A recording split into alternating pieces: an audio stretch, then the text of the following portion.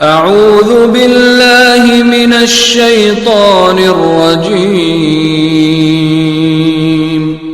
بسم الله الرحمن الرحيم.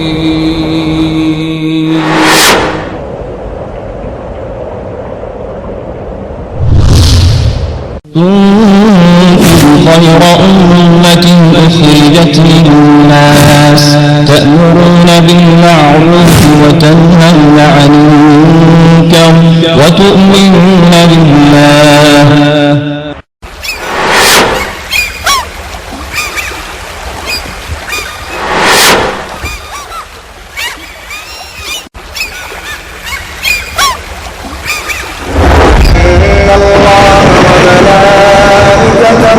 يصلون على النبي يا أيها الذين آمنوا صلوا عليه وسلموا تسليما.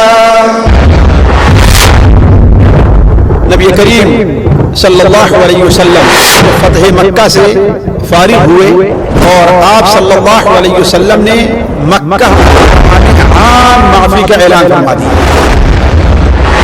اور اہل مکہ کو دین کی تعلیم دی.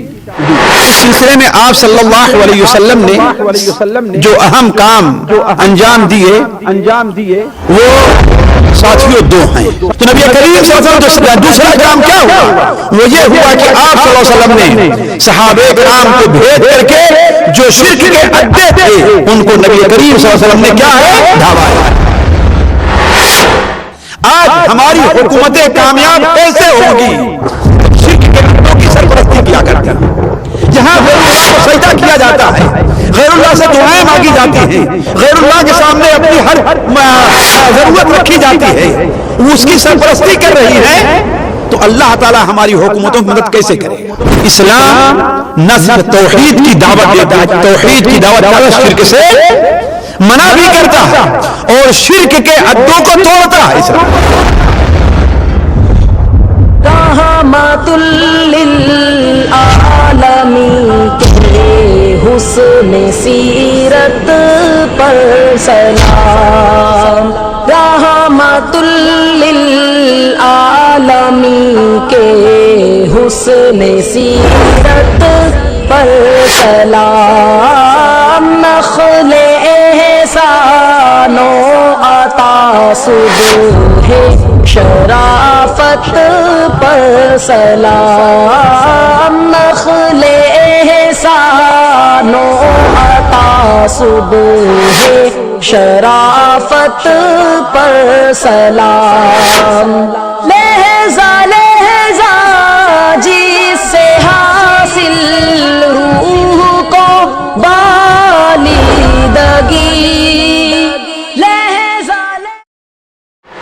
بسم اللہ الرحمن الرحیم. الحمد للہ رب العالمین الرحمن الرحیم مالک یوم الدین ونشهد ان لا الہ الا اللہ ونشهد ان سیدنا ومولانا محمدا عبده ورسوله ارسلہ الى الناس کافة بشیرا ونذیرا. اما بعد فإن خیر الحدیث کتاب اللہ وخیر الهدی هدی محمد صلی اللہ علیہ وسلم وشر الأمور محدثاتها وكل محدثة بدعة وكل بدعة ضلالة وكل ضلالة في النار.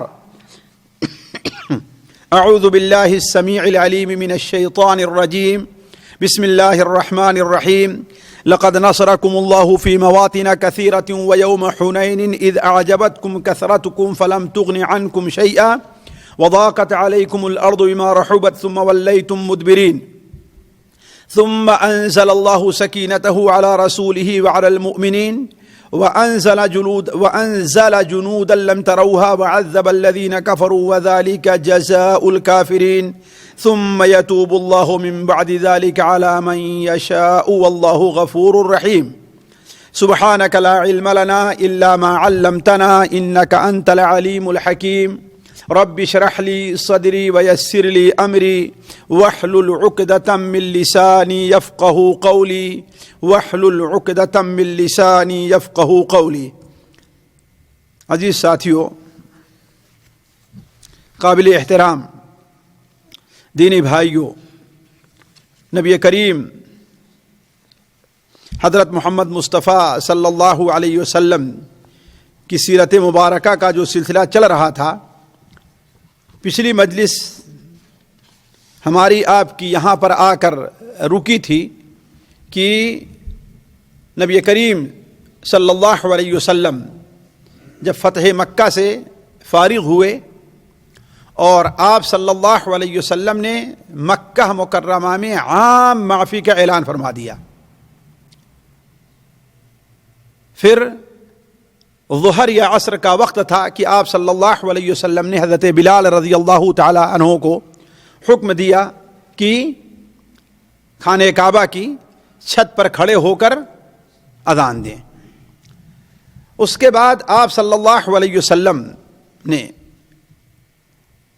جب خانہ کعبہ کو ہر قسم کی نجاست، برائیوں، شرک، بتوں کے اڈوں، بتوں اور تصویروں سے پاک کر دیا تو آپ صلی اللہ علیہ وسلم مکہ مکرمہ میں ہی رہے، ٹھہرے رہے.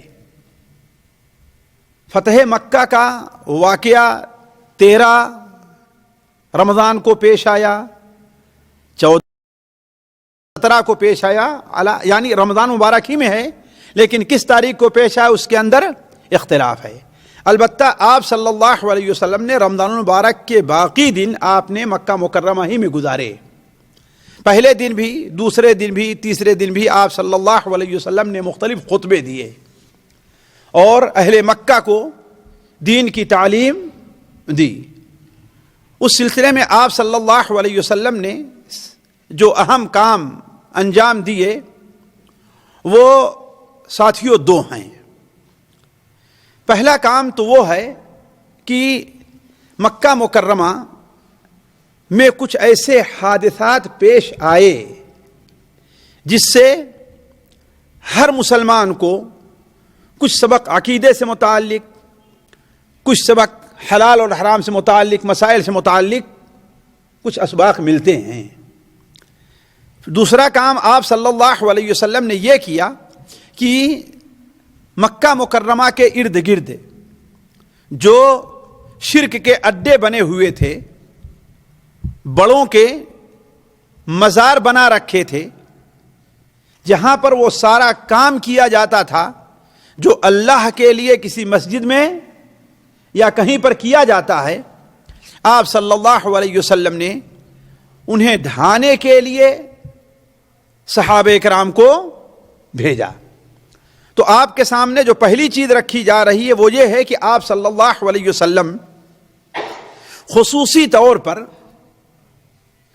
طور پر مکہ مکرمہ پہنچنے کے قریب اور مکہ مکرمہ میں قیام کے درمیان کیا مسائل لوگوں کو بتلائے اور کیا چیزیں پیش آئی. چونکہ حالانکہ اگرچہ یہ سیرت سے الگ ہٹ کر کے مسئلہ ہے، لیکن وہ ہم میں سے ہر شخص کی ضرورت ہے، ہم میں سے ہر شخص کی ضرورت ہے، اس لیے اس کی طرف مختصر سا اشارہ کیا جاتا ہے. دیکھیے، پہلی چیز جو فتح مکہ سے کے حادثے سے واقعات سے متعلق ہمارے سامنے آتی ہے وہ یہ ہے کہ سفر میں انسان کے لیے روزہ کا افطار کرنا جائز ہے، بشرطے کہ بعد میں آنے والے دنوں میں اس روزے کو وہ پورا کرے. کیوں؟ اس لیے کہ صحیح مسلم شریف وغیرہ میں ہے کہ نبی کریم صلی اللہ علیہ وسلم اور صحابہ کرام چونکہ رمضان المبارک کو نکلے تھے، اب وہ لوگ 5-6 رمضان المبارک، پہلی رمضان المبارک یا 10 یا 8 رمضان المبارک کب نکلے تھے یہ الگ مسئلہ ہے، لیکن یہ ہے کہ رمضان المبارک ہی میں نکلے تھے. تو شروع میں سارے لوگوں نے روزہ رکھا، لیکن ظاہر بات ہے کہ سفر میں آج کی طرح سفر میں آسانی نہیں تھی، بڑی پریشانی تھی. آج بھی پریشانی ہو جاتی ہے، روزہ رکھے انسان تو سب پریشانی ہو جاتی ہے، لیکن اس پریشانی کی وجہ سے آپ صلی اللہ علیہ وسلم نے جب محسوس کیا کہ لوگ پریشان ہو رہے ہیں تو آپ صلی اللہ علیہ وسلم نے روزہ افطار کرنے کا حکم دے دیا. خصوصاً جب مکہ کے قریب پہنچے اور دشمنوں سے مقابلے کا معاملہ ہوا تو آپ صلی اللہ علیہ وسلم نے خود بھی افطار کیا اور لوگوں کو روزہ افطار کرنے کا حکم دے دیا. اس سے معلوم یہ ہوا، 2 باتیں معلوم ہوئی ساتھیوں جس پر توجہ دینی چاہیے. ہمیں بہت سے لوگ غلطی کرتے ہیں، ایک چیز تو یہ ہے کہ سفر میں روزہ افطار کرنے میں کوئی حرج نہیں ہے، سفر عذر ہے، روزہ افطار کرنے کے لیے رمضان میں اگر کوئی سفر کر رہا ہے تو اس کے لیے جائز ہے کہ روزہ افطار کر، بلکہ اگر انسان کو پریشانی لاحق ہو رہی ہے تو اس کے لیے روزہ افطار کرنا بہتر ہے، بلکہ اگر انسان کو روزہ رکھنے سے نقصان ہو رہا ہے تو اس کے لیے روزہ افطار کر دینا واجب ہے۔ یہ لوگ سمجھتے نہیں، بڑی غلطی میں رہتے ہیں لوگ، تکلیفیں برداشت کرتے رہیں گے، گلا سوکھا رہے گا، ہونٹ پر بالکل چٹیاں پپڑیاں پڑ جائیں گی، لیکن روزہ افطار نہیں کریں گے، یہ سنت نبی کے خلاف ہے۔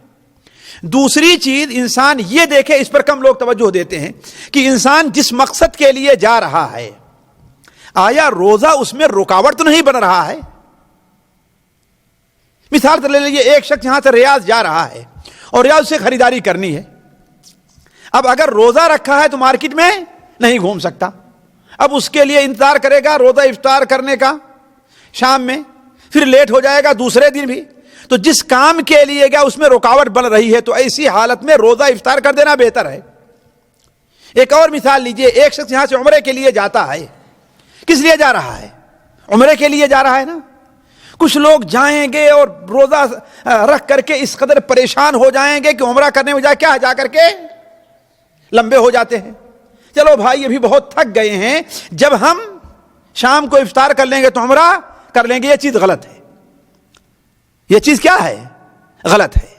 جس کام کے لیے آپ گئے ہیں آخر اسی لیے تو روزہ افطار کرنے کی اجازت دی ہے اللہ تعالیٰ نے سفر میں، تاکہ اس میں پریشانی نہ پیش آئے۔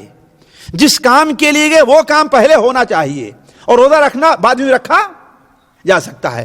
دوسرا مسئلہ یہ ہے کہ چاشت کی نماز کی بھی اہمیت اللہ کے رسول صلی اللہ علیہ وسلم بتائی۔ دیکھیں آپ سفر میں تھے، سفر میں ہے نا، اور جنگ کی حالت میں ہیں، نبی کریم صلی اللہ علیہ وسلم دوسرے دن جب فارغ ہوئے تو آپ صلی اللہ علیہ وسلم اپنی چچے زاد بہن حضرت ام ہانی رضی اللہ تعالیٰ عنہ کے یہاں تشریف لے گئے، یا آپ جہاں ٹھہرے ہوئے تھے آپ غسل کر رہے تھے، حضرت فاطمہ رضی اللہ تعالیٰ عنہ آپ کو ایک کپڑے سے پردہ کیے ہوئے تھیں، حضرت ام ہانی آئیں، آپ صلی اللہ علیہ وسلم نے غسل کے بعد 8 رکعت چاشت کی نماز پڑھی۔